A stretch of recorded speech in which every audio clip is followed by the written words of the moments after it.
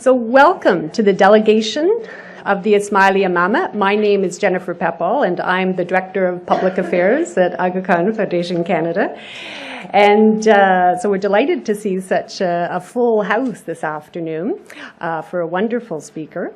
And I know many of you, or several of you, have been to the delegation before, so you know that we do many events here and seminar series on development issues that are of relevance to both Canada and the Aga Khan Development Network, the AKDN.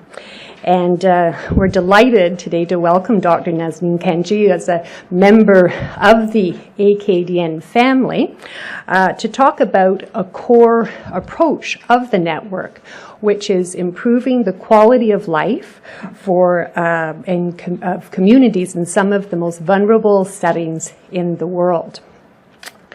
The quality of life approach encompasses really a holistic view of development that goes beyond poverty alleviation and incorporates what our speaker has called a more rounded view of human experience and aspirations.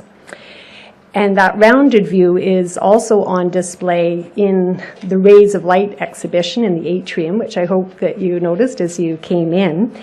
And I'll say a few words now in brief about the exhibit, but I'll talk about it a bit more at the end of the presentation. But in essence, it explores the life and work of His Highness, the Aga Khan, through video and some 200 photographs of his public and private life. It highlights the social, educational, and cultural institutions he's founded and how their work has grown and developed over the past 50 years to serve people living across countries, continents, religions, ethnicities, and cultures.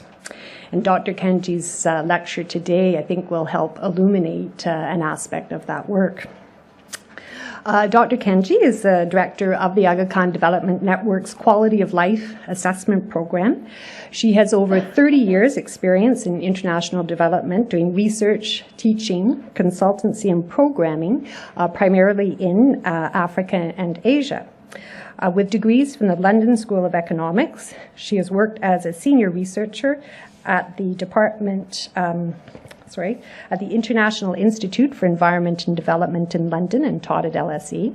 She has carried out social assessments and program evaluations for the Department for International Development, the UK, and for other bilateral and multilateral donor agencies.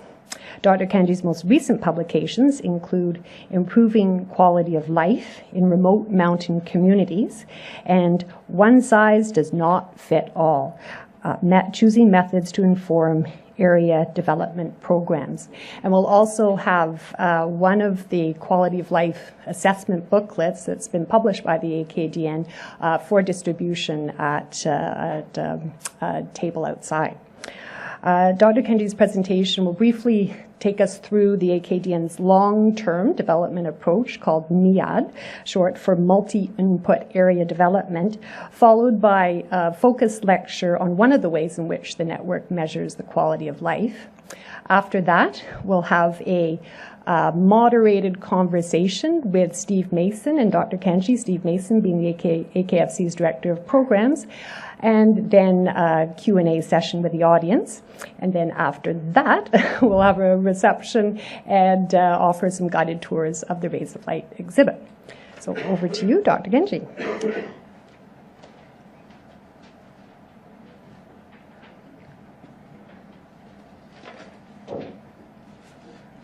Let's go back. Thank you very much, Jennifer. Thank you very much, the Aga Khan Foundation Canada, for having me, actually. It's a real pleasure to be here. I've never been to Ottawa, and I was here for Sunday, which was a fantastic day, and I walked around this city and thought, wow, this is a city that is really conducive to a good quality of life. And, you know, it's been a real pleasure to be here so far, and I'm very glad to see so many people here today. Thanks for, taking time out of very busy schedules to come. Okay, so I'm going to talk to you about the Quality of Life Assessment Program, AKDN's Quality of Life Assessment Program. I'll say a little bit about this awful acronym, MIAD. Well, I'll talk about the rationale for the program first, a little bit about this term quality of life, the framework, the methods, where we do the assessments, and a little bit about how we use the findings. Okay, so why a quality of life assessment program? As Jennifer's mentioned, AKDN does have development programs in particular geographies over the long term, right? So we actually, we tend to invest to have programs over decades rather than following only short project timeframes. Mainly in Asia and Africa. Now, in a sense, where this program really came from was His Highness saying, I often see program evaluations or a sector study, but in these places where we are committed over a long period of time, is life actually improving for people? Are people's lives improving? And in response to that, we began to think about, and I was hired to help with this, to think about how we might look at quality of life, at something a bit more holistic in these areas where we work over a long period.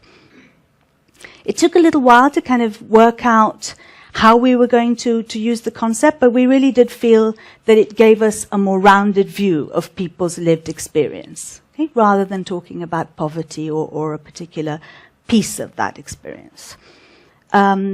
Initially, we did our homework. We started with a literature review, and we looked at the research on well-being and the work that's being done on happiness. And we also went out into the field, into one or two countries it was, and looked at, did exploratory studies, where we really asked people, what does a good quality of life mean to you? What are the resources that are important to you? What are the domains that are important to you? And kind of use that as well to then design a mixed methods quality of life assessment, which uses both quantitative and qualitative research methods. Now, yeah, we usually have at least one quote from His Highness. So here's one that is from 2010, where he puts things very well. He says, we need to embrace a wider array of evaluative criteria, both quantitative and qualitative, elements which the poor themselves take into account when assessing their own well-being. As we measure outcomes with greater breadth, we will move beyond an excessive reliance on traditional categories, such as average productivity levels, per acre yields, per capita national product, or rates of population growth. Yes, these are all significant variables, but they come alive only as they transform the quality of daily living for the populations involved in ways in which they and their children can see and value. So here we have very strongly the kind of people's perceptions, people's values themselves. As an overall goal for the Aga Khan Development Network, we say it is the improvement in quality of life. So in a sense, what we're doing is going beyond material standards of living and even health and education. It includes positive values and norms in the organization of society. So these are terms that I've heard used in the Canadian context a lot, pluralism, cultural tolerance, gender, social equity, civil society organization, good governance. So it's a holistic view of what constitutes progress, and it encompasses a more rounded view of human experience and people's aspirations. So what does a good quality of life mean to you? This term has been debated by philosophers for a very long time. I'm not sure what it means to you personally, but I'm sure that you will agree that when you think about what is important to your life, you think about tangible things, but you also think about intangible things. Things like relationships, things like support, things about, things to do with family and friends. What I'm going to share with you now is some quotes from the most recent quality of life assessment, which is from southern Tanzania, a place called Kilwa. Just some quotes from, the first one from a casual laborer, who says, many think that a good quality of life is to have material things, but it is not true. A good life is to be certain of being able to do tomorrow what you want to do. And that's a casual laborer. And there he's expressing this need, this very human need for some degree of security and predictability. He's a casual laborer. He doesn't even know whether he's going to have work the next day. And another point of view, a young man saying, money is everything. If you have money, everything in life is simple. Okay, and I think that for us says a lot, because we do work in areas of the world which suffer really great material deprivation. So money is important and income is important. A young woman saying, the young men have a large network to look for money and bring development, sort of pointing out how all these different domains and different things are interrelated. You know, if you have the connections, if you have a network, then you're more likely to be able to garner material resources. Another one from a fisherman. We think life is bad here because people are not educated. Education is everything. If you're educated, no one can cheat you or play with you. On education, or on health rather, a woman, a micro-entrepreneur, let's say. If your child is always sick, there's no way you can succeed. You have to use all your capital to treat the child, and you don't have any time to do anything worthwhile either. So I think what we're seeing here from these quotes is that it is about the intangibles as well as the tangibles. And in a sense, I mean, I'm a great believer in this, that, you know, everything that counts in life cannot be counted. I know that it is important to do the counting, and that's why we use mixed methods, but not everything is countable. And there's a converse to that. So not everything that counts can be counted, but everything that counts, that is counted, doesn't always count, right? So that's also true. But it's also why we talk about a quality of life assessment program rather than a measurement program. Okay, a little bit more on this concept of a good quality of life. This is from Mali. And here you have a list of things. Eating well. What is it? What are the characteristics? What is it like for families here that have a good quality of life? Well, they eat well, they're in good health, there are good relations between wives in the household, because polygamy is common. There's harmony in the community. It's about being well dressed and having moral support, and having material and financial support when in dire need. So a lot there about support and about a safety net as well, about having a safety net, somewhere to go when you're in trouble. So out of this work that we did and the exploratory studies, we have a working definition of a good quality of life, which is actually very similar to the definition of well-being that has come out of some of the research on well-being. It's a person whose basic needs are met, who can act effectively and meaningfully in pursuit of his or her goals, and feel satisfied with life. Now, I think, there's been a lot of interest in happiness and well-being and these kinds of concepts. It's not just the AKDN that's looking in a broader way at what constitutes a good life. But it was also interesting to find, both in this was Bath University doing some very interesting research on well-being, but also in our research, we found that people didn't equate happiness with a good quality of life. Because happiness was more about the feeling aspects, but a good quality of life was also about the meaning that people give life, the meaning that you give to your own life and the actions that you carry out.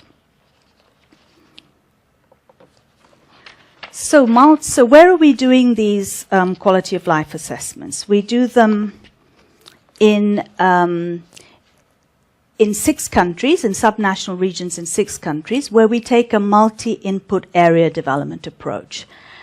And what is this? I mean, I think probably here you're most familiar with the Aga Khan Foundation.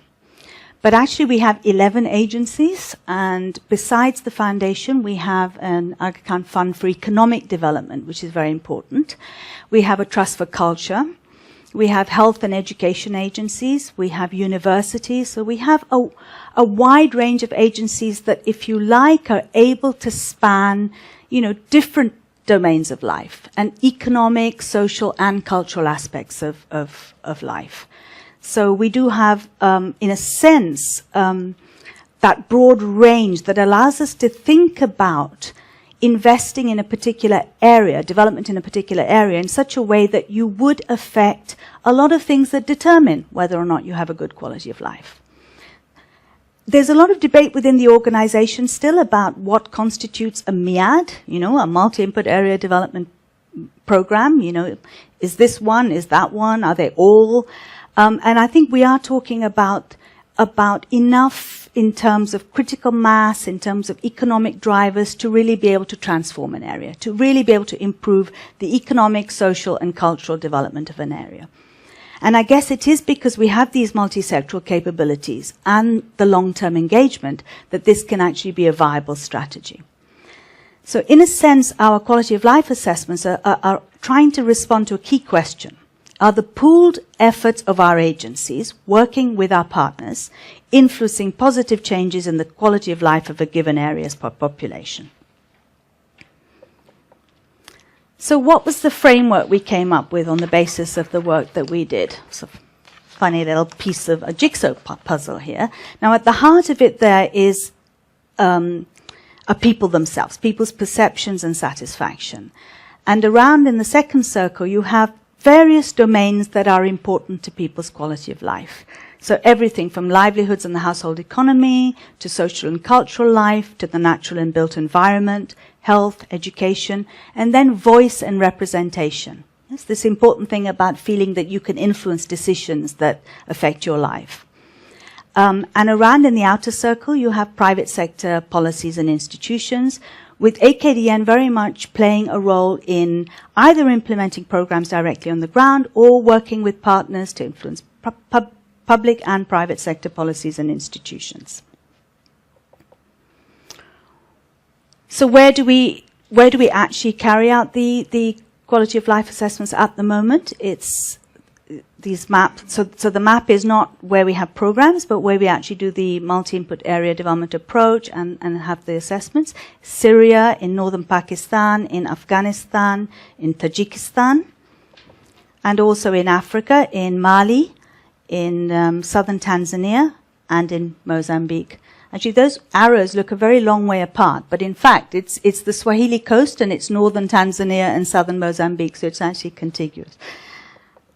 Okay, so what are the components of these quality of life assessments?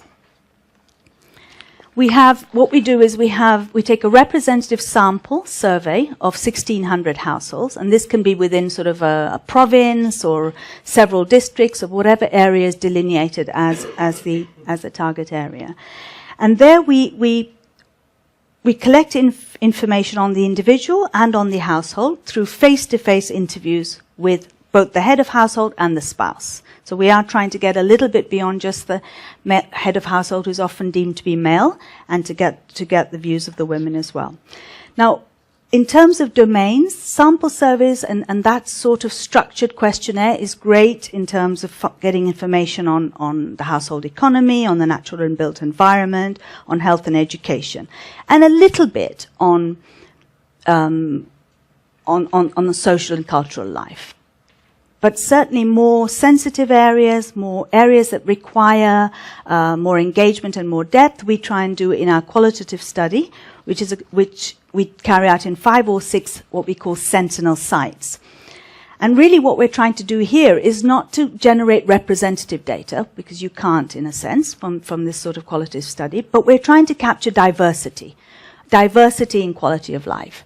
So we look at the characteristics that with the knowledgeable local people, we look at the characteristics that influence quality of life, being urban or rural, in a mountain area, being up valley or down valley, what the livelihood base is, what the sociocultural group is. And we try and select these sites that actually will tell us quite a lot and give us a bit more depth in terms of the quality of services that people have, in terms of how they feel about their communities, about their social engagement, etc. It was interesting in Syria, actually, they had a lovely way of explaining this. When they were explaining it in Arabic, they said, you know, if Salamiyah district is this room, and, you know, you only had 5 windows into that room, where would you put your windows? I'm not sure it works that well now. But anyway, something like that. You know, let's pick 5 windows, 5 places which will illuminate this district. And so they chose places that they thought was kind of typical of particular aspects of life in Salamiyah district. All right. We also, as a third component, we also collect a lot of secondary data. So you try and understand the socioeconomic background of that area, the infrastructure, the level of resources, the structures of governance. And then we put it all together and have some kind of a summary report with our draft findings, numbers and the narrative. And we take it back to the local level, and talking to our own staff and partners, we try and do a form of process tracing to kind of analyze AKDN's contributions. Okay, so we, actually, before I discovered this term process tracing, we actually did it anyway. It was like a common sense thing, which is you go and you validate your findings, you talk about your findings, and you say, well, how much do you think we've contributed, and why do you think we've contributed, and what else has affected this particular finding? And that is sort of more formalized in a sort of, in this method called process tracing, where you're really systematically examining the evidence to make linkages between certain activities and the outcomes. And then finally, we try and draw out what the implications are for AKDN's programs. So what do these quality of life studies do? They use, just in summary, they use a holistic framework to inform the Aga Khan Development Network and partner program strategies. So they're really looking at, are we doing the right things? Not are we doing things right? In a sense, are we doing things right requires more detailed work, perhaps more evaluative work, perhaps an impact assessment, but this is really about informing the broad strategy. And they can identify sort of areas of unmet need. They can make us look again at what we're doing and what we're missing, or reinforce things that we're doing. When we do these studies, and so far we've been mainly through sort of baselines, I guess, and we're just beginning the second rounds, they can tell us quite a lot about gaps. I mean, I remember in Mali, one of the things we found is that people had quite high levels of savings, and they were really quite interested in micro-enterprises and starting businesses. And it helped us to sort of think through whether that was somewhere that AKDN should go in that particular area of Mali. In Afghan Badakhshan, we found, unacceptable levels of child malnutrition, and we'd been there for about 8 years, and we really sort of sat down and thought this requires a sort of nutrition strategy, because it's still unacceptably high. We also then through the qualitative work, we capture the views of different groups on what matters to them, what challenges they face. And I think this is quite important, because even in these sort of perception surveys that are sometimes carried out now, like the happiness surveys, etc., or certainly through household surveys, you're talking to older people. And in the Sentinel sites, what we try and do is capture the views of younger people, older people, men, women, richer, poorer. So you do get the views of different groups on what matters to them and the challenges they face. So a little bit more in gender and generation there. We also try and understand the factors in particular contexts that affect quality of life and what we can realistically influence. And this is actually a really difficult one for people involved in research and when you're talking to program people, right? Because in a way, people are very worried in programs that if you find that indicators haven't improved or, have even perhaps got slightly worse, that somehow it reflects badly on the particular program. And, I think somehow we have to accept the complexity of development processes and realize that there are some things that we really don't affect. We can't affect very easily in the programs that we run. So, for example, when in Tajikistan, when there was a Russian recession and migrants who were going to Russia could no longer send remittances back, that affected life in that part of Tajikistan. But it didn't mean that people weren't running a good program, or it didn't mean that things wouldn't be worse if that program wasn't running. But you have to actually look at what you can realistically influence and be able to kind of argue that not everything can be influenced by development programs. There are these micro level issues, macro level issues of recession, of climate change that are not as much in control of country programs as we might like. So the final thing the study does, I guess, is to help analyze AKDN's contribution to changes found over time. You know, are indicators getting worse, better, why not? Okay. What the quality of life assessments are not, they're not impact assessments that aim to attribute impact to a particular program. So that's not what we're setting out to do. And it's not a replacement for more detailed program or sector studies, of which there are many across AKDN. And, you know, I really do believe that we need a range of methods in monitoring and evaluation.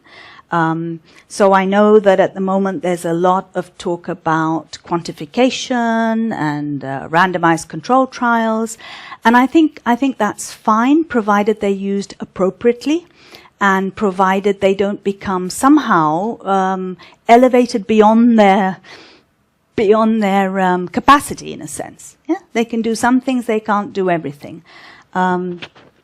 And I also think one of the worries with the quantification, I think this is about getting slightly older and watching these pendulum swings as well. So, you know, for a while it was all quantification. It started off, and then in the 90s it was participation, people's voices. You know, you had to have something that showed that you were using participatory methods, you know, and then now there seems to be a little bit of a swing back to quantification. And it seems a shame to me because, you know, maybe it is by getting older, but it's somewhere in the middle, you know, that you need to be.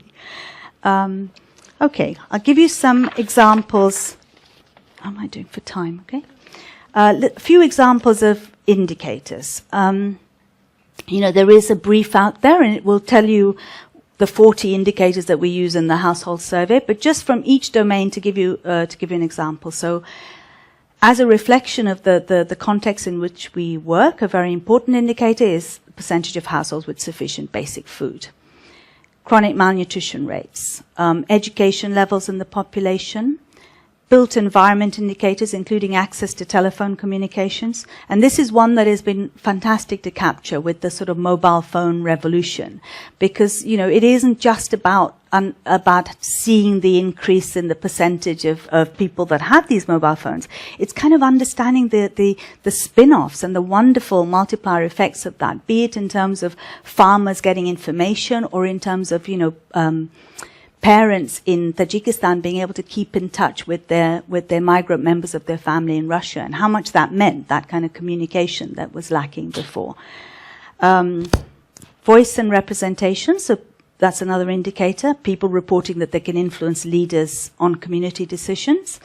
And that's also an interesting one because you see a big gender difference there. Usually men feel they can influence leaders more than women. Social relations, we have a quantitative indicator that is around the percentage of people feeling they can trust most members of their community. And again, this is an interesting one. In Syria, pre-conflict, we had really low levels, the lowest percentages of trust, as compared to, for example, the mountain societies in Afghanistan and Tajikistan. Interesting, even Afghanistan, right? Okay, so you can, and then overall scores for perceived quality of life. So we do ask people to score on a scale of 5, whether they feel that their life is very good, or neither poor nor good, or poor, very poor. And we also have one open question that asks people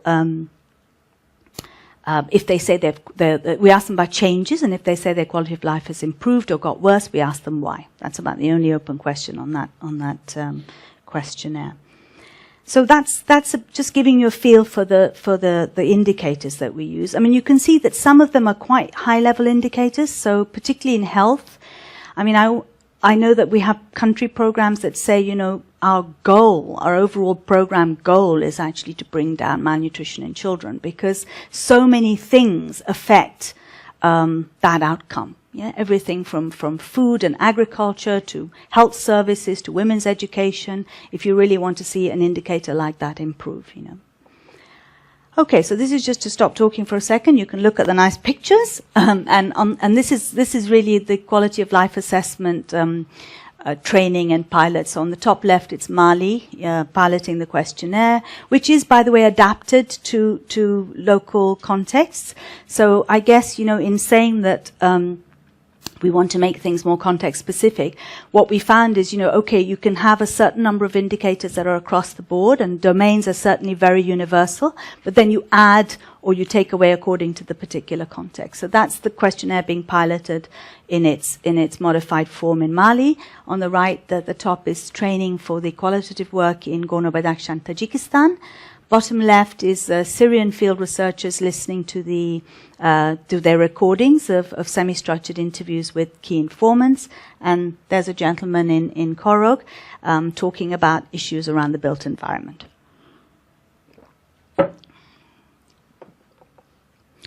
So, coming back to subjectivity and people's own scores, you know, I think we're really interested in monitoring change in these particular geographies over time, but nevertheless, when you do look across, there are some interesting things. And, you know, the highest percentages we found reporting a good quality of life are those actually in these mountain areas of Tajikistan, the lowest in Syria. And in terms of what, actually just before we started, we were having a small conversation about what are we actually measuring in these sort of, when we ask people about their perceptions of quality of life. Because it is notable actually that perceptions are influenced by past experience, by comparisons with others, by expectations. I mean, it was interesting in Mali that, for example, people didn't talk about education as a key component of good quality of life, which came up in a lot of other places. But when you understood more about the context, it's because education has been so poor and parents are so fed up with public sector schools. This was a while back. I'm not sure about right now, but that they didn't even think to put it there as a component of a good quality of life. We've done a little bit of number crunching. We want to do some more, but what we found is that, you know, many factors are important both to men and women. So when we look at the relationship between perceived quality of life and other variables that we measure, what comes out quite often as highly correlated are things like having savings, which is about enough income and security, good health, but also some interesting differences between men and women. So with women, the relationships are stronger between perceived quality of life and feeling safe in their communities, trusting people in their communities. It's also around food sufficiency. Whereas with men, what's coming out when you do the number crunching is assets and things like electricity, correlating with a good quality of life. Okay, so interpreting results. Having said, you know, that we're not out to do straight attribution. I did say we try and look at the results and see whether or not they can tell us about the contribution that AKDN is making.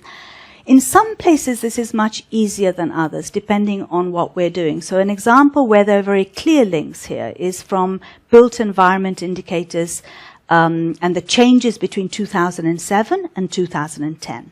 So if you look at these indicators which are around electricity, phone communications, and urban households visits to green spaces, these are percentages, by the way, in the columns, you can see kind of big jumps between 2007 and 2010. You know, it goes in the cold season from 4% in urban areas, 4% to 67%, 74% in the warm season to 98%. And in rural from 9 to 44 and 54 to 72. Access to telephone communications, just look at rural from 46% to 90%. And then visiting green spaces from 9 to 74. Now, this is just an example where we were, as AKDN, we're heavily involved in the only hydroelectric power station, Pamir Energy, supplying electricity, so we know that we have something to do with that. Same with telephone communications and T-Cell, which is the main provider. And also we've had a public-private partnership to restore Korog City Park, and people, I mean, it's wonderful to go there because people are just loving it. I mean, it's used by all ages and children and old people sitting there playing board games, and it's a real wonderful addition to that town. Where it's not so easy to see the links between AKDN and the inputs of AKDN, more tenuous links, we also found that between 2007 and 2010, that the percentage of households reporting food shortages declined across all the food groups. Also that rates of chronic malnutrition, although the overall rate stayed the same, the rates for severe chronic malnutrition declined. So in discussing locally and with the other findings that we have, there are very complex causes for these food shortages, and it really does seem to be about, rather than increased agricultural production, which AKDN was working on, it's about increased food imports from neighboring countries, right? Sort of cheap food imports. Better road network that the government has invested in. And also, very interestingly, and for people who know that part of the world, you actually saw it, the difference. Lots of cheap vehicles, lots of white transit, what do they call, minibuses from China.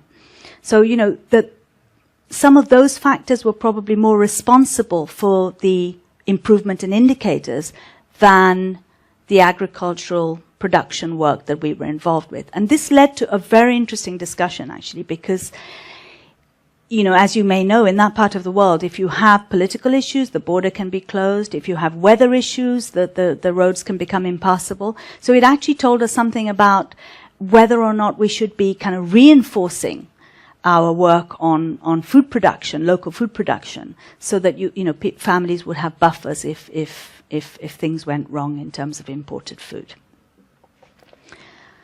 Finally, this is just a kind of taster, and I'm hoping that you will read up a little bit more. We've got information out there that tells you more about the program.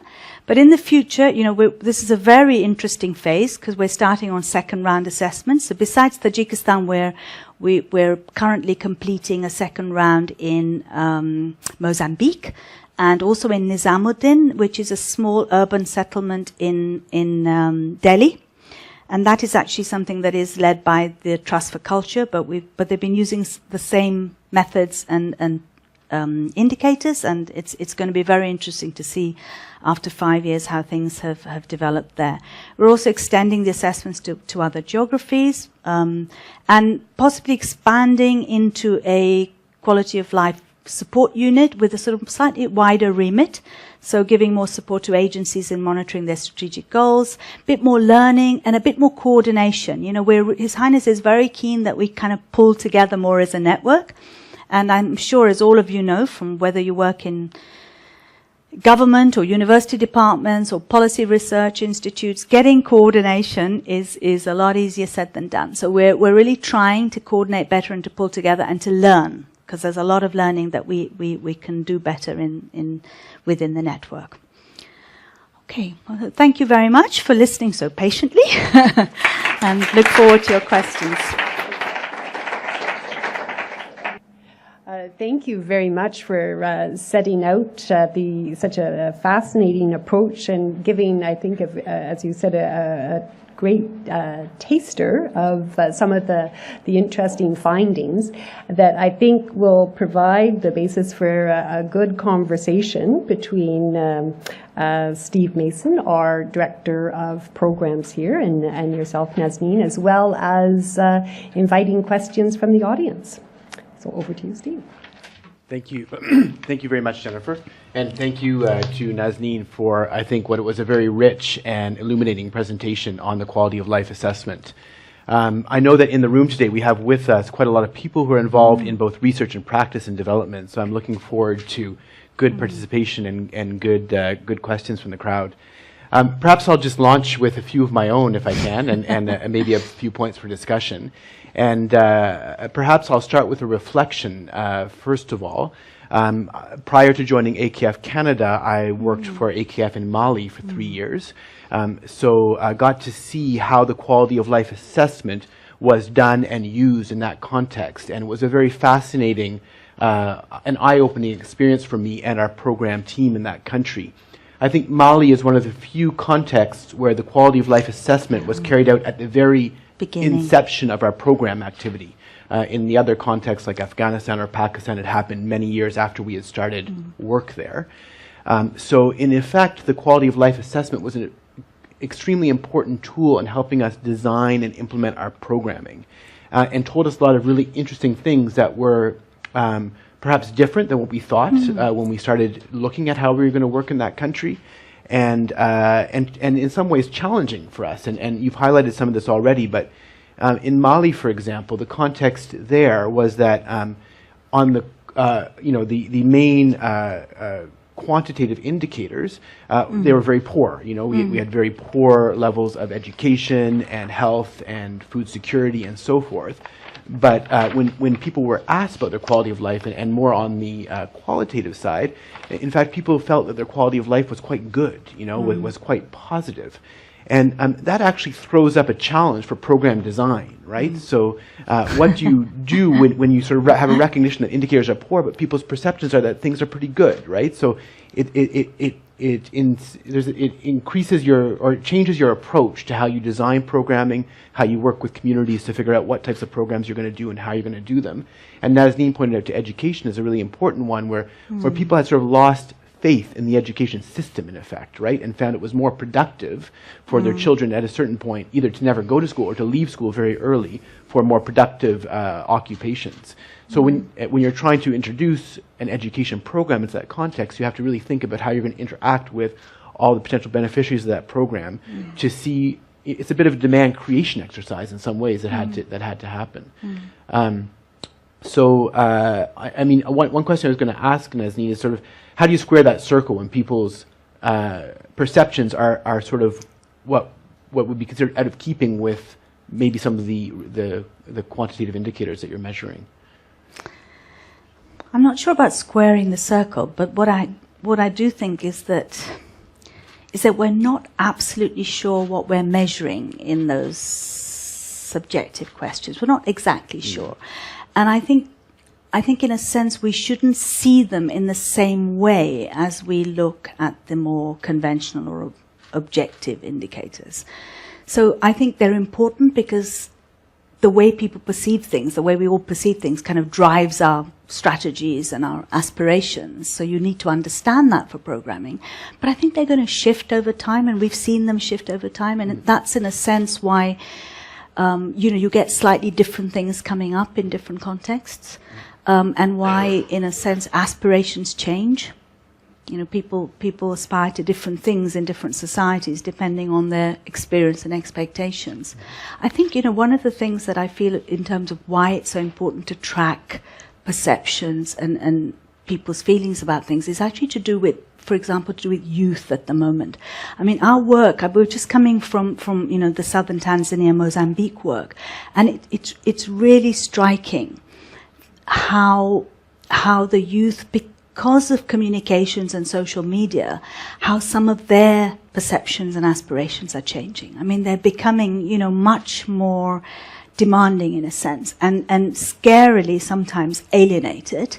I mean, demanding good, but demanding about what their governments do and about their ability to influence decisions and whether they're ignored, and a lot of that's coming through, and it's scary because I think it has implications for stability and for harmony, and it's something that I feel that we should, maybe IDRC is already looking at it, I hope, but I think youth and research on youth is really, really important at the moment. Sorry, I drifted off slightly from that question, but it is about using, I think, a variety of methods. So not elevating the subjective to too much, but also not assuming that we should just stick to the conventional indicators and then that tells us enough. Mm-hmm.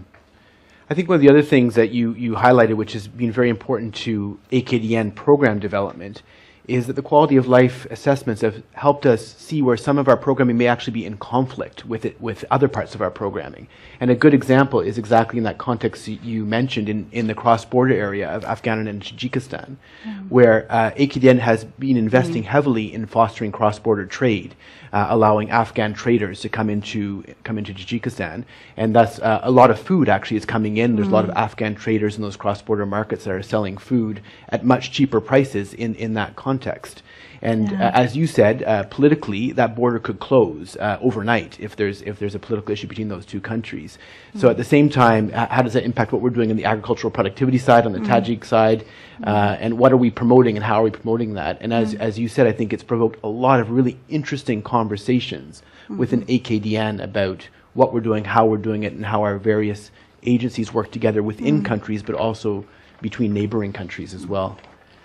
Nazneen, I wanted to pick up on a point you mentioned as well earlier on, the sort of focus right now in the development sector about rigorous, rigorous quantitative measurements. We hear a lot these days about from a variety of donors about setting up randomized control trials as part of program design. I know AKDN has had some experience with that in a variety of contexts, where that is a precondition of funding, in fact, to set up a randomized control trial.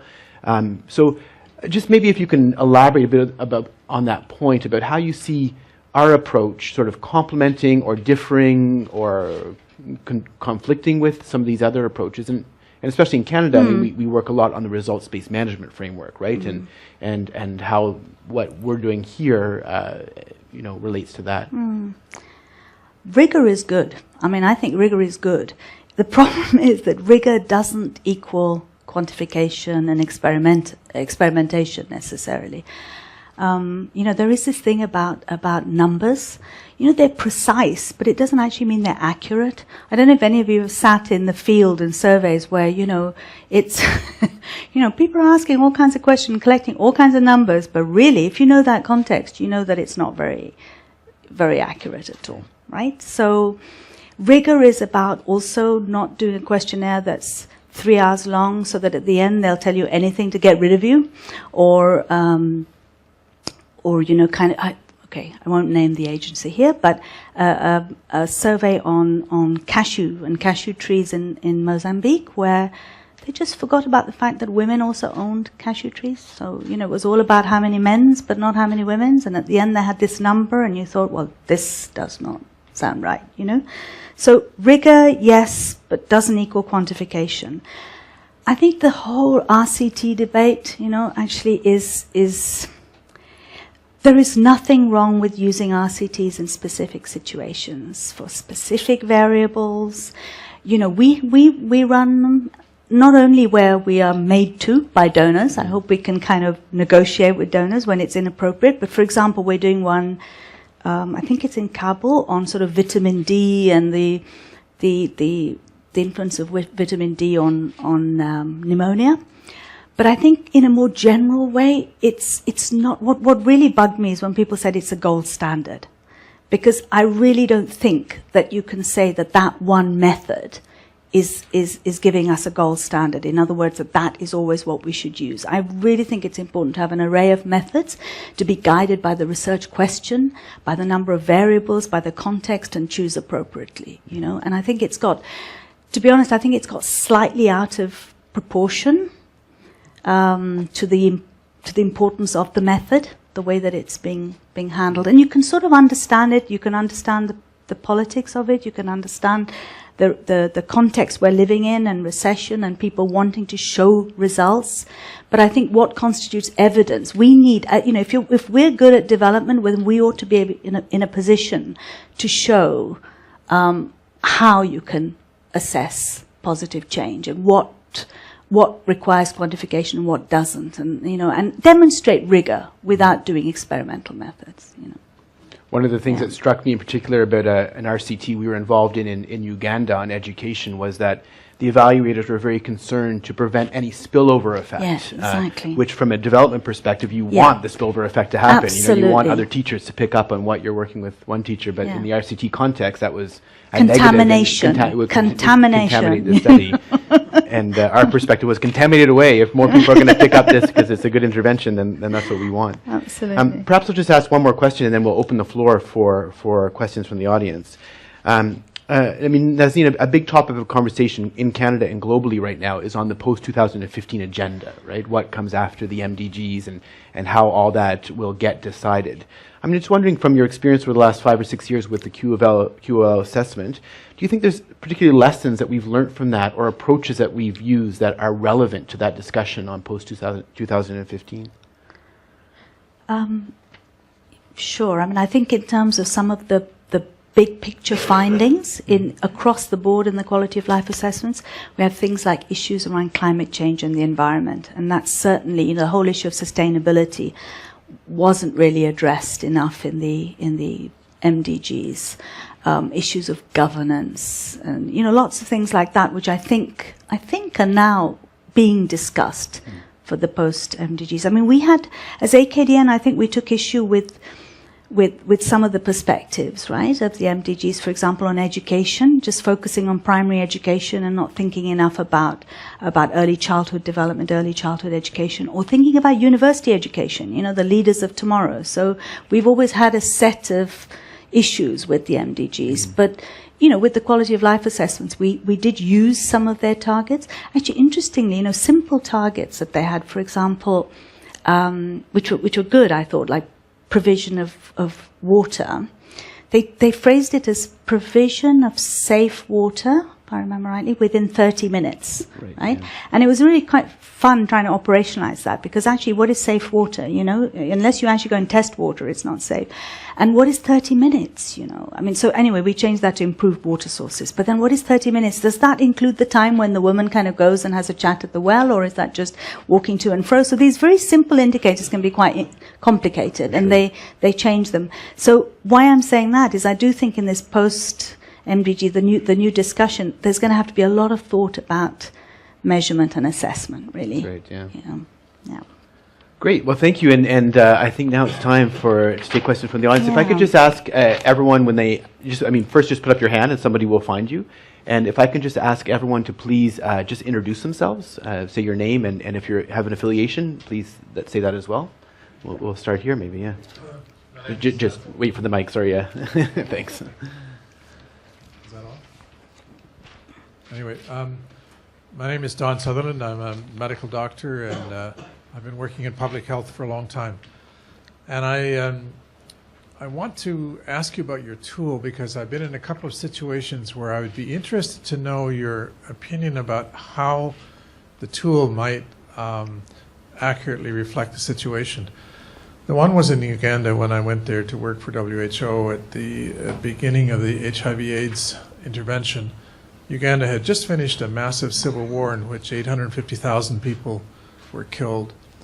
Now you had the HIV epidemic, which when we measured it was 850,000 people. So had you done your studies then, or soon after, or in 5 years, these external forces would have influenced a lot, the answer. And one other situation I observed in Laos, which is much more current, maybe a year ago, to see massive rural programs of electrification, of bringing people out of the hills onto the roads, the new roads. So now they were watching television programs, and maybe the youth, as you mentioned in the Mozambique situation, would have different ideas about what the good life would be. So how would your tool work in those situations? Perhaps we'll just take maybe 2 or 3 questions. Let's take 3 questions, and then Nazneen can answer them. We have one up here. Hi, Mark Stiles. I do consulting work in monitoring and evaluation, a fair amount of work with AKFC, actually. My question is about rights, human rights, and whether that comes up in one form or another in the qualitative assessments. Great, thanks. And we have a question right here. We'll just take a third one. My name. Whoa. Hi. Too close? My name is Zul, and I'm just curious about a couple of things that one of them you kind of alluded to. Expectations. When you start asking your questions, normally you do tend to raise expectations.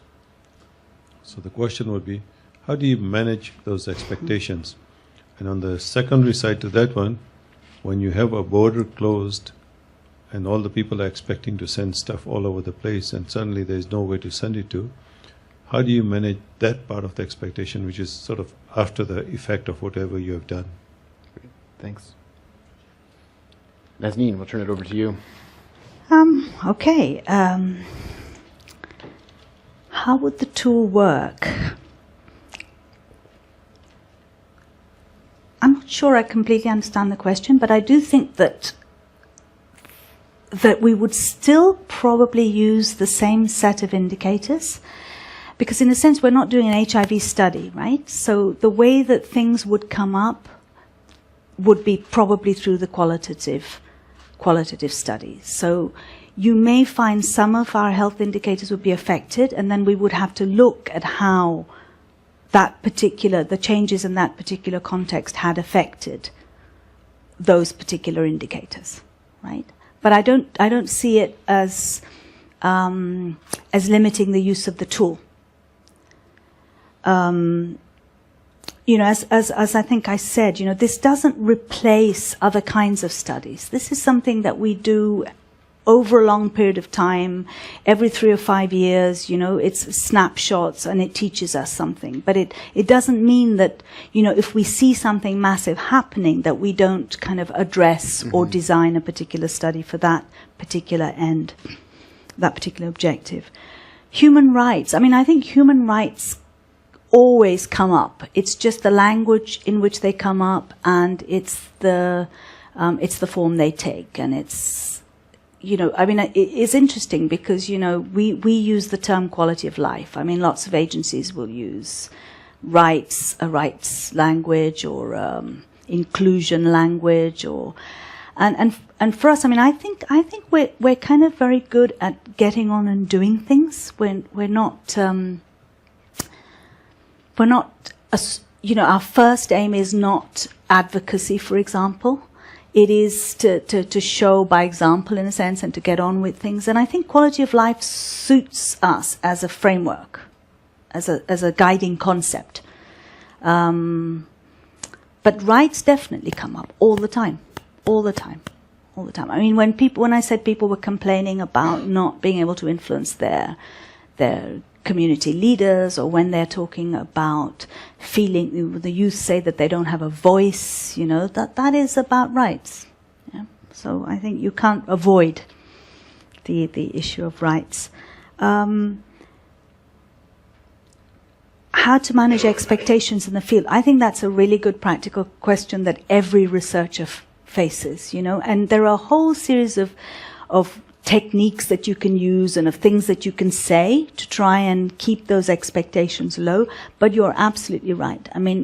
You cannot avoid it completely. The minute you go and you ask questions, and particularly if you come within, from an agency that provides aid in any sense, then you are going to be raising some expectations. You try and manage it. You have certain things that you say and you do, and you emphasize, and you try and draw a distinction between the research and programs. But you will always, to some extent, raise expectations. So I think that's just something we have to live with.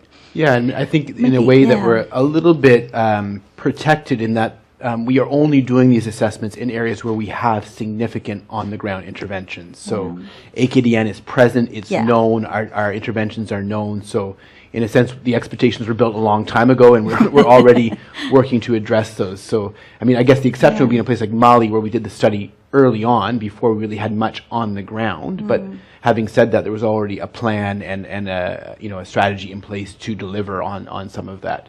But actually, that's an interesting point, because I remember in Mali discussing there that we wouldn't have 5 or 6 sentinel sites, because people were really worried that because those are more intensive pieces of research, and you're interacting much more with leaders and with members of the community. And they said, no, we only want to do 3 villages, because these are villages we know that we're going to be going and running programs in, whereas we're not really sure how fast we're going to move, and we don't want to go in and into villages and raise expectations. So we actually took a decision there to kind of limit the number of villages. Just to jump back to that first question for a second, because some of you may have noticed that we had done quality of life survey in Syria, and obviously the situation there is very different than when we did that initial study. And so, well, we will do normally a quality of life assessment as a snapshot in a moment of time, and take that into account in our analysis or through our secondary research what's happening. In a real humanitarian situation like Syria, we will not do a quality of life survey. That is a time for a humanitarian response. It's a different set of activities that are going on. So I think probably it's around the time where we normally would do our follow-up study in Syria. But of course, we aren't doing it right now. Our AKDN is actually engaged in a humanitarian response in that context, and it's not the time to be going out and doing a sample survey. Absolutely. Do we have some more questions? Yeah, we have quite a few. So let's take these 3 right here. Hi, I'm Vern Neufeld-Redekup, Professor of Conflict Studies at St. Paul University. I have 2 areas of questions. The first has to do with the happiness index that's been developed by the government of Nepal.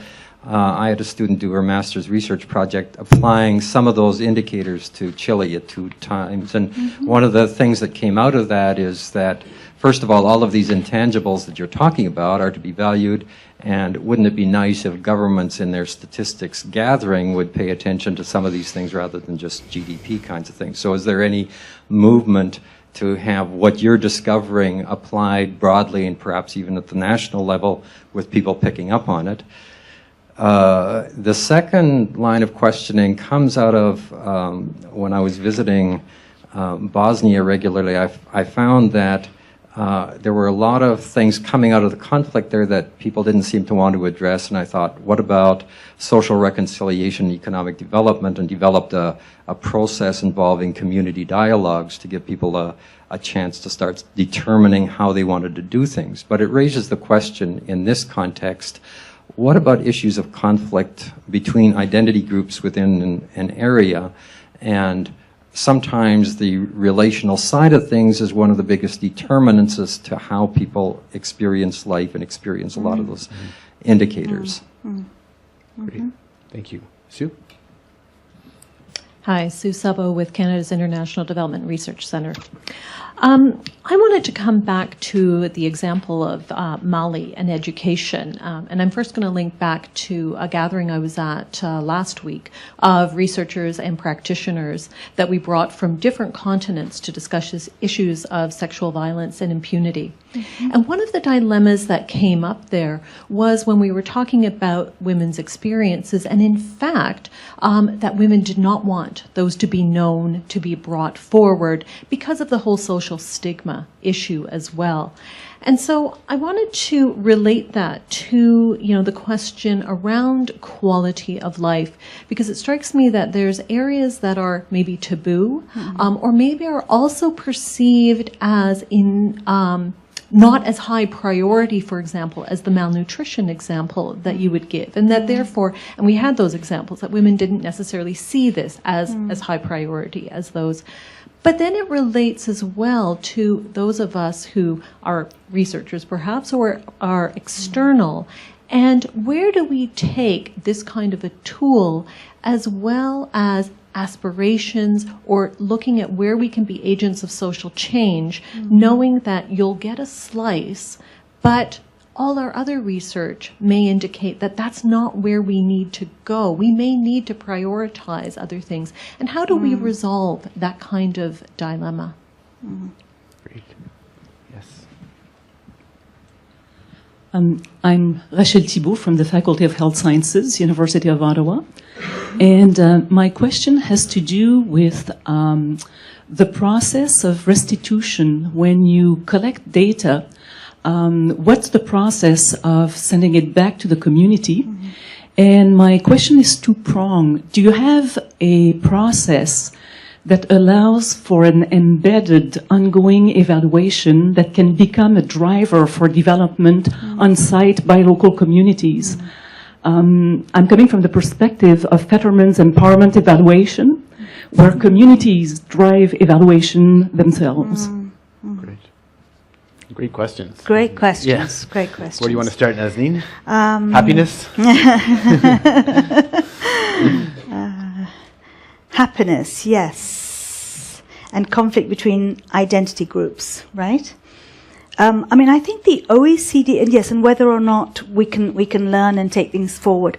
I think the OECD work in trying to bring together some of these places where they are looking at happiness, the Bhutans, but also the Malaysia and the UK actually has got some indicators going. I think there is a real awareness that some of this needs to come into the mainstream. I think there is a process. I don't know how far it'll go, and I don't know how fast it will go, but there is a process. You know that the happiness report came out. Somebody actually sent this to me a couple of days ago, and I was kind of looking at the World Happiness Report, and they've been busy number crunching, and they say that there are 6 factors that seem to correlate with high happiness scores, right? GDP per capita, good life expectancy, lack of corruption in leadership are the top 3, and at a more macro level. And then the other 3, which are more, I guess, in the control of sort of groups and individuals,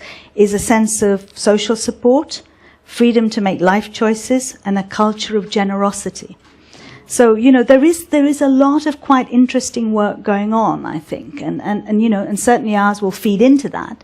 But yeah, so a lot going on. Conflict between identity groups, I think that has really come up quite a lot in our work, actually. Mm-hmm. You know,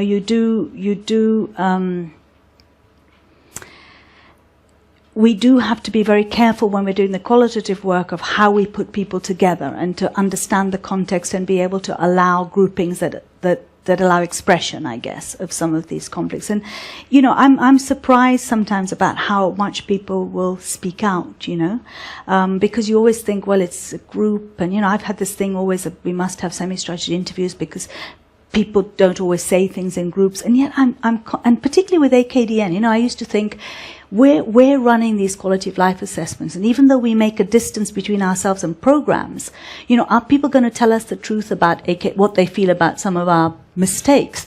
People do. Yeah. I mean, people do. I've kind of stopped worrying about that because people just come out and they'll tell you, you know, we don't like this, we want this, we don't want this, you know. So a lot of the things that, you know, I would have thought were quite sensitive are sort of coming out in the qualitative work. And that relates a little bit to what you were saying about taboo subjects. I mean, I'm not sure how much of that we get, and I think a lot depends on the capacity we have in our qualitative researchers. And, you know, it's interesting. Initially, I thought we'd have more trouble with capacity for surveys, but actually, you know, you can train up enumerators. It's getting the good qualitative researchers. And we had a very nice NGO called Tamasha in Tanzania who were doing the southern Tanzania and the Mozambique work. And they sort of specialize in youth and gender. And really, some of their findings, you know, I worked in Mozambique in the 80s for 7 years, and what I found really hard to take is that actually some of their findings are things that we have known for a long time, like sexual harassment in schools by teachers. Teachers actually, you know, using, you know, girls having to kind of sleep with their teachers so as to get a pass. All those kinds of things, you know, and young women were telling them about this quite. They used some participatory methods, but some of it was just straight kind of group discussions. And things were coming out that I had thought, gosh, I hope we had gone beyond that now because we've known about that for so long. But secondly, they were coming out in these sort of discussions.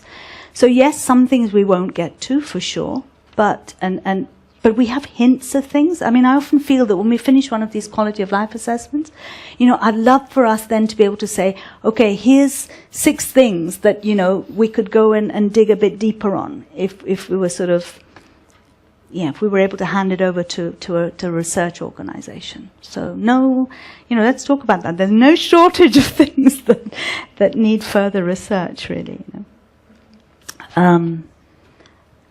The restitution question, how we The restitution question, now that is a really important one, actually, and one that we should do more on, but we've started. So for Tajikistan, for example, we did, because there's high levels of literacy and things, and we couldn't get out to everybody, we did do a kind of 3-page brief that we sent back to the villages, right, where we had been, and that was at least something, you know. Otherwise, what we've done is, because we sometimes in places work through village organizations, we've tried to kind of do a feedback loop through there. But to be honest with you, and I really am, I don't think we're doing PM&E. We're not doing participatory monitoring and evaluation, or really participatory assessments. We may use some of the techniques, but we're not feeding back in quite that way. That's not to say that on the ground sometimes some of those processes are not, for want of a better word, empowering, but I think that's such a blanket term now. But, you know, they do generate quite a lot of ideas and interests, and sort of, certainly in the way, for example, that Tamasha do it, you know, they really like to leave behind something. So they kind of often say, we will only work in areas where Tamasha is quite active, so we can go back and pick up on some of these issues. So we're trying in various ways to do some of that feedback and some of that more participatory work, but it isn't, essentially, it is not a a really good participatory monitoring There was and quite a evaluation process tool. in Mali, in fact, Yeah. because the individual who led the M&E, or the quality of life assessment, the Malian who led it, ended up being AKF's M&E lead. Yeah. And he did quite a detailed process of bringing back the Feedback. findings, both at village level and at district government and provincial government Yeah. level. Yeah. I just want to pick up on this, the identity groups in communities. And I mean, again, many places like in Tajikistan and Afghanistan where we've done the quality of life assessments have been places where AKDN has invested considerably into working on creating pluralistic communities and creating representative village development organizations that reflect the diversity of the community. And so we've sort of been working on these identity issues anyhow. So in a sense, we're going into environments where many of those issues have been addressed for many years, so that there's already a habit or basically a habit of people coming together for, deciding their village development plans or what have you, and speaking openly and honestly in different groups. So I think the studies have benefited from that background in context where we have worked a lot already on that pluralism question. But I think it's a really important one for us to keep thinking about. And I often compare contexts like Mali, where there's a whole bunch of social-cultural ways to deal with interethnic issues that are embedded in the culture that really just decrease people's that tribal or ethnic Tensions, conflict, yeah. as compared to a place like Kenya, where it's very visible and obvious in communities. And you can just perceive a difference in quality of life, actually, when you walk into those communities. Yeah, the harmony of a Malian community, despite many different ethnic groups, compared to like some Kenyan communities, which are very, you can't even feel you're in a community when you're there. It's spread out and very divided. They have wonderful age-based kind of groups in villages where people come together according to ages. People really, there's a sense of belonging there, which is very strong, isn't it, compared to other places? Yeah. I think we have time for a few more questions, and we have lots. So Wow. let's shall we start? I feel like I'm neglecting the back of the room. So we have here in orange, and then behind her. Yeah. The secret to getting your question at an AKF event is to wear a bright color. So. Hello, thank you very much for your presentation. My name is Elizabeth McAllister. I work as a consultant in strategy, results, and evaluation. I've been head of evaluation programs at the World Bank and at CETA. And you alluded to a few things in your talk, some little threads I'd like to pick up on.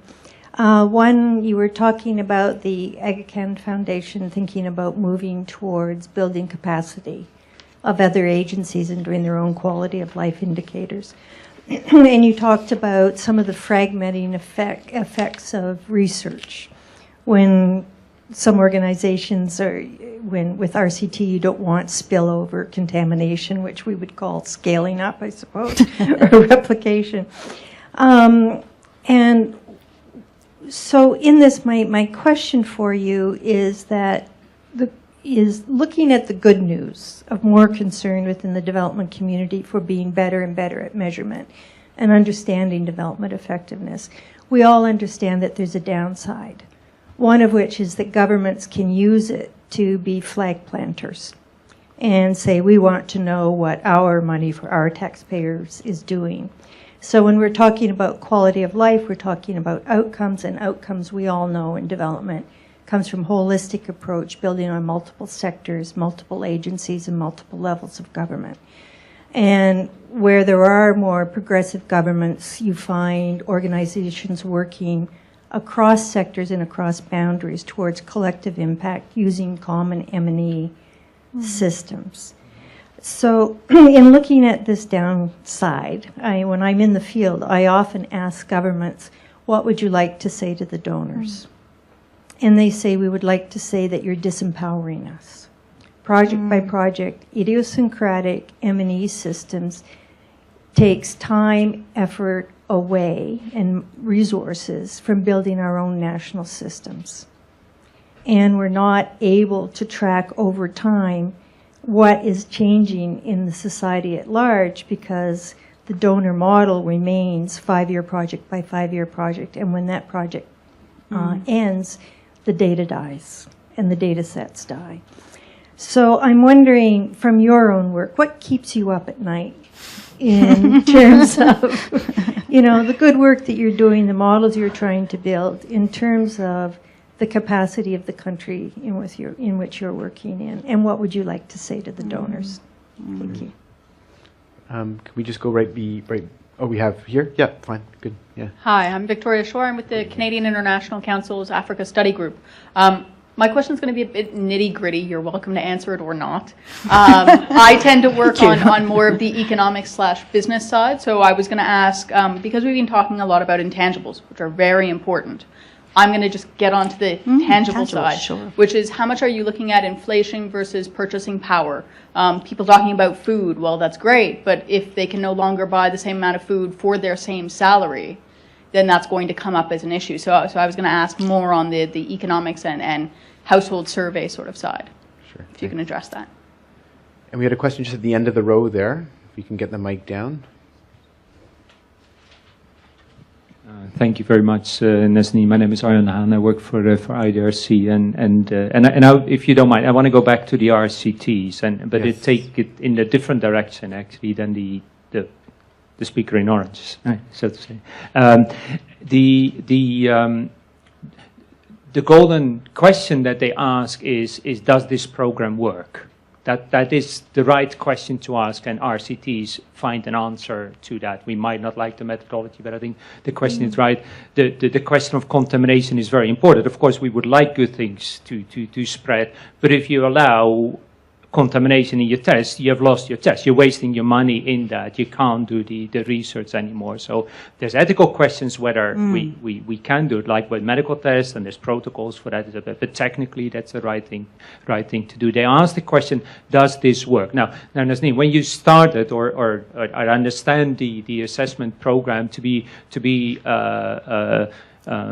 heaven of monitoring in a way. In a sense, you're not concerned with the question whether the program works or not. Your question is, in the context in which we work, are things improving? And you're not worried about attribution. And that's great. That's a great thing to do. Now, my question really is there a way of bringing those together? Is, say, in a context where it's very dynamic, borders open, food comes in, and you're doing an agricultural program. So the opening the borders has a much bigger impact. You still want to know what that program is doing. So do you see a potential for your form of assessment still to tell a story about how that program is doing, and how you may start doing things better, amending your program in a dynamic sense with the assessment tool that you're proposing? Great, yeah. So. Okay. Should we start with what keeps you up at night? That's a very good point about governments and statistical services, and we have had that. I mean, I think sometimes across AKDN we have actually supported, for example, the demographic and health survey, which is being carried out at a national level, by asking for a little bit more information or a bigger sample size in the province that we're interested in. Because one of the reasons that we do these surveys at the subnational level is because the information that exists is not actually precise enough at the level at which we're working, right? So the idea is not to sort of substitute information that's already exists. And where I think we can strengthen the national system by increasing the sample size, for example, so that we have valid findings, we have done so, right? That's part of the question. What keeps me up at night is an awful. That's a big question, and that's a lot of things. I mean, it also links a little bit to what Ariane was asking, which is that none of these things are cheap. They may not be as expensive as some of these RCTs, but nevertheless they cost money, and therefore, although I did say our primary concern is not attribution, I actually think we do want to think about contribution, and we do try and do that. And this process tracing is part of that. But I also think that it isn't, since we are all emphasizing kind of evidence-based learning and all the rest of it, I think I think we've usually underinvested, so I think we should be investing more in a range of these different studies. And we shouldn't. You know, what keeps me up at night is thinking, should we be doing more? Should we be finding out more? Should we be kind of, you know, are we doing enough with this tool? You know, are we being fair to the communities that are involved? You know, are we feeding back enough? Is it influencing enough, etc.?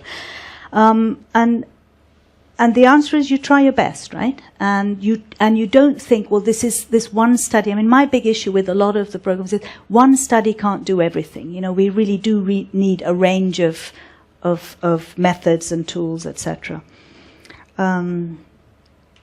Help me out here, Steve. Have I answered those questions? Or probably not as well as I ought to have done. Inflation versus purchasing power. Now, what I was really trying to avoid too many. In the questionnaires we developed it, you know, too many things that would mean that we had to kind of be constantly calculating, you know, real income and real. But we do. We collect some information on income. We collect some information on savings and debt, and we do have to adjust for inflation when we do have to compare properly. But we don't do studies on what's happening because of inflation. We are told sometimes, I mean, this is certainly true of the latest one, about the issue of rising prices of food, you know, and so we do take that into account, but we don't go out and out to do a study on that. Actually, interesting, just one little thing for her on business. I mean, really neat in terms of what we're doing with, you know, UCA, we're doing for the finance bank is in terms of businesses. They're putting together very nice, simple GIS systems along with some accounting work to look at the impact that electricity is having on the spread of businesses, which is kind of something that was really quite neat. Very short questionnaires on Palm Pilot type things in Kyrgyzstan, right. Yes. where you just look at subsectors of employment and micro-business, but you've got a bit of GIS so you can actually look at how, over time, the markets are growing or the things. It's really, really nice. So that's just one example where we do look sometimes at small business and use different tools for that.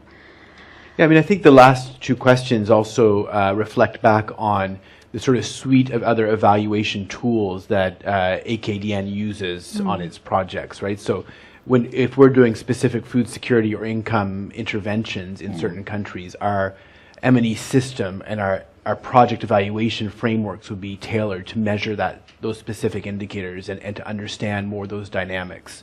So the quality of life is like an overlaying, assessment that allows us to understand the broad dynamics. Then we would capture a lot of the more specifics in the evaluations of our sector specific projects. And so we do both. And as I said, we have done RCTs and they have been of value. In fact, I wouldn't say they have not been of value, but they've raised a range of concerns amongst our implementing teams about the necessity and the how and the why of those. So we are nearing the end of our time, but we probably have just maybe if there are two more questions out there, we can definitely take them. Okay, so we have one right up here, and do we have a second burning question at the back? There we go. There is not really a burning question, but it's a question. That's fine. My name is Naveen Parekh, and I work in Uganda with people with disabilities. And my question is whether in your quality of life assessment, have you detected some distinctions? There must be some between vulnerable groups like people with disabilities, and could you comment on it? Great. And then at the very back. Hello, my name is Sarah Dahl. I work with USC Canada. It's a local NGO. We do international development work in the agriculture sector. And I want to come back a little bit to the use of the information in feeding back with communities, and you did say that had happened in Mali. And I was wondering, with the mixed method approach that you used, and there's quite a range of information that was collected, was there a certain kind of information that was easier to feed back, that was of more interest, or that helped you learn more or have more interesting discussions with communities?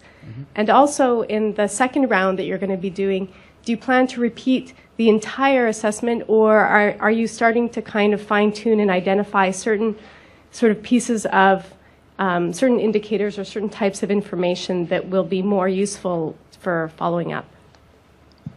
Good questions, yeah.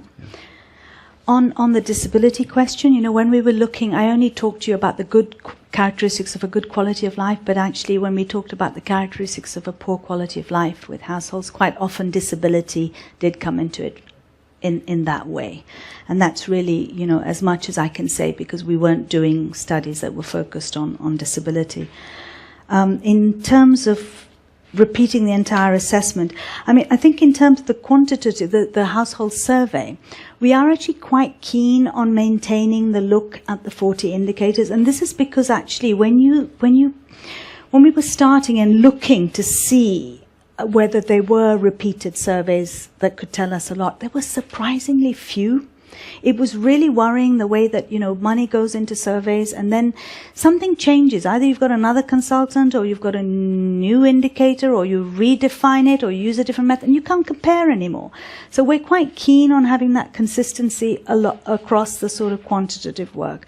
I think our qualitative work, I mean, what we used in the latest one in Mozambique is a technique called most significant change. And that has been really useful in understanding with communities what they see as significantly altering their quality of life. And that's been great. So we're kind of open to those sort of methods. But yeah, repeating the entire assessment is actually quite important, I think, in terms of the survey side. And perhaps I'll just answer the other question about the feedback to communities. Oh, yeah. So in Mali, it was done in a verbal way, the feedback. It was done through basically atelier de capitalisation. How do you say it in English? Yeah. Yeah. Anyhow, feedback workshops, I guess, to communities. And at the community level, it was done in the context because at that time in AKF's program evolution, we were working with communities to develop community development plans. So the feedback informed those community development plans as well in terms of what the community was highlighting as core needs to work on and to address them. So it happened in that way. And it was you know, as much as possible, the study was sort of fed back to the community. There wasn't sort of specific parts that were left out or put extra emphasis on. And then it was, I mean, with the government level, we actually provided summary reports. There was a summary report that was produced and provided to the government level. So, yeah, I think that brings it to the end. I mean, just before perhaps I pass it back to Jennifer, I would just like to thank everyone for your contributions, which were really great. And you all have evaluation forms. I'm sure Jennifer will mention this more specifically, but I mean, we are sort of considering doing some more events here related to assessment and looking at questions of impact assessment and other areas around monitoring and evaluation. So if you, as you fill out your form, if there are subjects at the bottom that you would really like to delve more into or have more discussions on, I would encourage you to include those in your form so that you can help us decide whether there's sort of appetite for more of a series around these issues or whether this is, you know, a one-off type thing. So I'd appreciate people's input and feedback on that.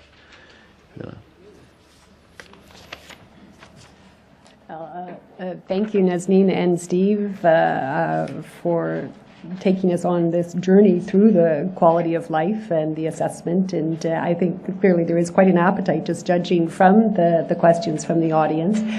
And so appreciate that. We've been talking about having Nazneen here for some time now, but when we got confirmation that the delegation would be the host of the Rays of Light exhibit, we thought this would be the perfect timing to bring Nazneen here to talk about the quality of life, because in the exhibit, as you'll go through, you'll see the different institutions through which the AKDN works to have an impact on the quality of life of communities, and also the philosophical and ethical underpinnings of that approach. So as I mentioned, the Rays of Light gives literally a glimpse into the life and work of His Highness the Aga Khan and the Imamat institutions. And it was actually designed by the Ismaili community to commemorate the 50th anniversary, the Golden Jubilee, of His Highness becoming the Imam of the Shia Ismaili Muslims. It gives a photographic and multimedia overview of the history and mandate of the Ismaili Imamat and the work of the Aga Khan Development Network and its affiliates to empower communities of all faiths worldwide. The exhibit was actually inaugurated in Paris in 2008 and has since traveled around the world with stops in Portugal, London, Dubai, Africa, and the United States. And more recently, it has gone across the country, and we're delighted now that Ottawa has the opportunity to host the exhibit. And we, of course, think it looks a lot better here than anywhere else on its tour. I think one important thing to emphasize about the exhibit is that it underscores the Imamat's long and fruitful association with Canada. The Government of Canada has been a very important partner with the Aga Khan Development Network on many initiatives in the developing world: maternal and newborn and child health, girls' education, rural development. And there are also a number of institutions of the Imamat in Canada. I mean, this building being one of them, but also the new Global Centre for Pluralism in Ottawa, as well as the project currently under development in Toronto, which is the Aga Khan Museum, the Ismaili Centre in Toronto, as well as a public park. And so you will see all these initiatives featured in this magnificent exhibition.